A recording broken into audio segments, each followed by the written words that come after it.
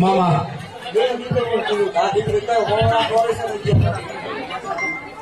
કીધેલું તો આપણે દેવું બેસી જાવ પછી ખાબુ વાળા વધારે હોય જ નહીં.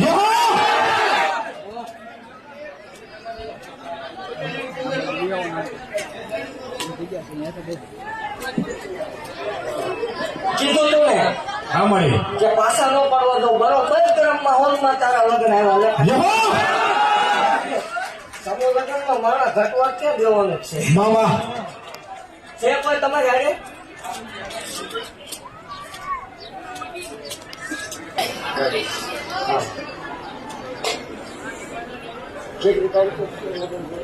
જેવો મળી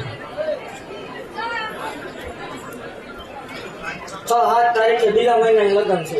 સમૂહ લગ્ન હાલવા જ છે ને ટૂંકમાં સમૂહ લગ્ન આપડા પેલા અત્યારે જોતો પૈસા કે એ વખતે લઈ જાઓ બોલો.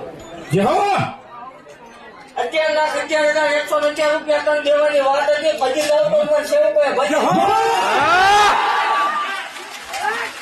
આ નક્કી કરતા બોલવા વાળા માટે સ્પેશિયલ છે આવતું આ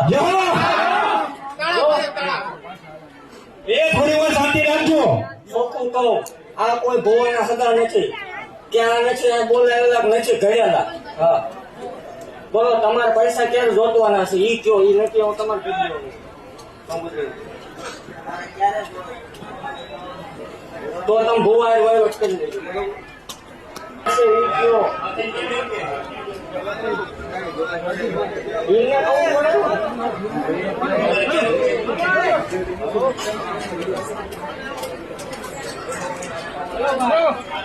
એ મોટો ભાઈ અમારા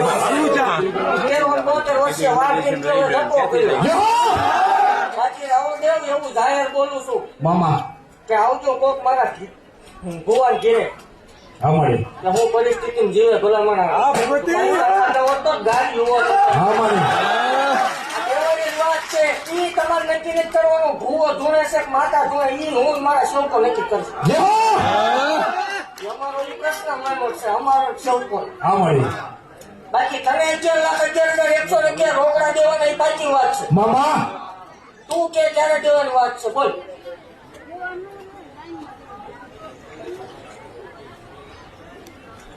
જો સોખું કહું સમૂહ લગ્ન છે એ પછી તારા લગ્ન છે. મામા સમૂહ લગ્ન ની રાતે 9 થી 11 વાગ્યા સુધીમાં તારે અહીં હાજર રહેવાનું. જેવો એની જવાબદારી કોણ? આવશું એમ નહીં આમાંથી કોઈક જવાબદારી લેવડાવો અહીંથી પૈસા તમે અત્યારે લઈ જાઓ એનો કોઈ વાંધો નથી હું આપી દઉં. કાયદેસર 8 થી 11 વાગ્યા સુધીમાં સમૂહ લગ્ન ની રાતે આ દીકરીને અહીંયા ફરજિયાત ગમે ત્યાં હોય તો હાજર રહેવાનું. મારા શોખ એક ફોટો પડાવો મારા શોખ હા મળી મારા ભુવા ફોટો નહીં પડાવવાનો માતા ફોટો અહીં પડાવવાનો. મારા શોકો નું કાંઈક તો હોય ને તમારું એટલું રાખું મારું કાંઈક સારાનું હોવું જોઈએ. મામા બધા દિશા ના પૂછો